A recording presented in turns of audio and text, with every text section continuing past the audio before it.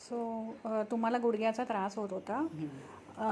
गुडघेदुखी होती ती आतल्या बाजूला होती, या बाजूला होती ना गुडघेदुखी खूप. तर काय काय करता येत होतं, काय काय करता येत नव्हतं? गुडघा दुखत होतं तेव्हा मला चालायला भरपूर त्रास व्हायचा आणि मेन म्हणजे पाय फोल्ड केला की उठताना त्रास होत होता. माझा आता उठतानाचा त्रास उठतानाचा त्रास पूर्णपणे गेलाय. जी कळ यायची, 1 मिनिट थांबायला लागायचं, ते पूर्णपणे गेलेलं आहे ना. सो हे तुमचं जे होतं ते ऑस्टिओआर्थरायटिसचा सांगितलेलं तुम्हाला आणि नीची सर्जरी सांगितलेली. सर्जरी नव्हती सांगितली, डॉक्टरने मला गुडघ्यात इंजेक्शन घ्यायला सांगितलं. मग ते तुम्ही त्याच्यानंतर मी पुढे गेलाच नाही. ओके.